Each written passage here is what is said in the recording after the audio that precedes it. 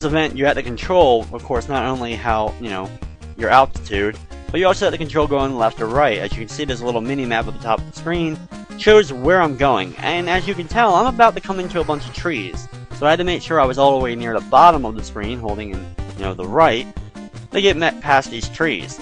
Once I've gone past the trees, I'm going to work my way up to the left, or to the upper part of the map, in order to get to the target, which you can see is like the gray circle on the far right. Now, as you get closer, you're going to want to slowly descend, and you have to, hit the button to the button you pressed in order to build up your speed. You're going to start pressing that button again in order to slow down, get your guy near the ground, slow up, and try to get the most points you can. Of course, that little white brightest area in the middle was the most, but I got like right before that, so I got a score of 217, and that's good enough. Now on this one I'll try it again, but if I fail, which sometimes you'll just randomly end up falling, because I'm really not even paying attention, because like I said, not really the funnest thing to deal with. See how my distance is slowly going, trying to get closer. Gotta pull off to the bottom here and try to get past these trees again. As you can see, random city in the background, just over and over again. There we go, here's that foresty area. Going through. Almost to the end of it. Oh, and I crashed. Okay, I crashed. Oh well.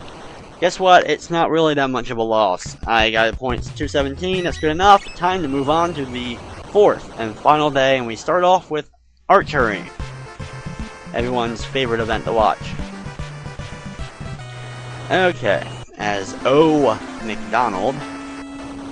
What is that, like Old McDonald? Like, what? Okay, anyway, you have a couple of arrows in order to build up your score on each target. You have 4 targets to deal with, and you have a couple of shots. Now, in this one, I am using the turbo button, because not only do you have to hit the turbo button, you have to release the arrows and control left and right altitude, or, angle, and the up angle. You have 2 degrees to deal with, plus holding the button in, plus releasing the arrow. Not necessarily the easiest one to deal with, and for some reason, somehow, on every single arrow you shoot, the wind somehow changes. It will go completely the opposite direction all of a sudden, completely different miles per hour. It makes absolutely no sense. It defies the laws of weather, if there are laws of weather. So yeah. Anyway, your goal is to get a score of 70 points, which I've already built up to 52 points. But as the target gets farther away, it's harder, of course, to hit it, as I now have a score of 60.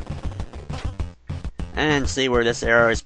I don't think this one's going to hit the target. No, this one goes way over the target, so I don't get any points on that one. Okay, one more attempt at 70 here.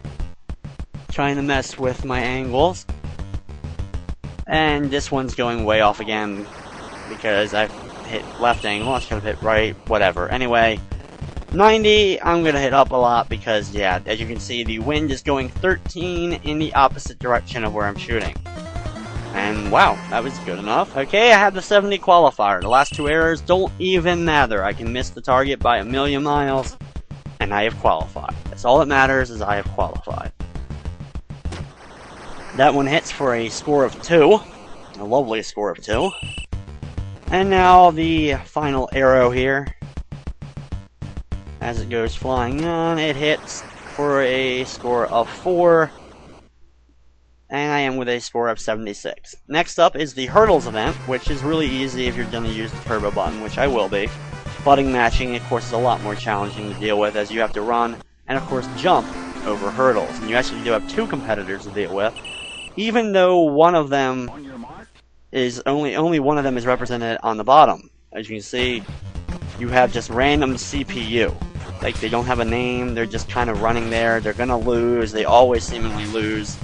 It's really just you versus whoever your rival is in this event, which apparently is Canada. So yeah, you keep running. Eventually that one on the top will like run into a wall probably. Usually does. And there it is, it died. It just ran flat into that hurdle and died right before the end. And yeah, so I have qualified for that event pretty easily, but I was using the turbo button, so it doesn't really count. it's now time for the final event, the horizontal bar, which is a gymnast event. And that guy is awesome looking. R. Weber with his afro. Looking awesome. Okay, here we go. This is similar but different from the diving event, as you have different skills you're going to perform while on this one. The thing is, you have to deal with your power as well, which I'm using the turbo button to build my power up, and then performing the events using the opposite button. The thing is, I don't quite understand it, nor do I really get why I get certain points. The thing is, eventually it will say finished, or finish at the bottom, and then when you press the button, you'll flip off the bars and you have to stick your landing. What you have to do is, when you're about to land, you have to time it correctly and hit the up button in order to land the finish, and then you get your qualifying point score, and you have to get a 6.50 on this one or better in order to qualify.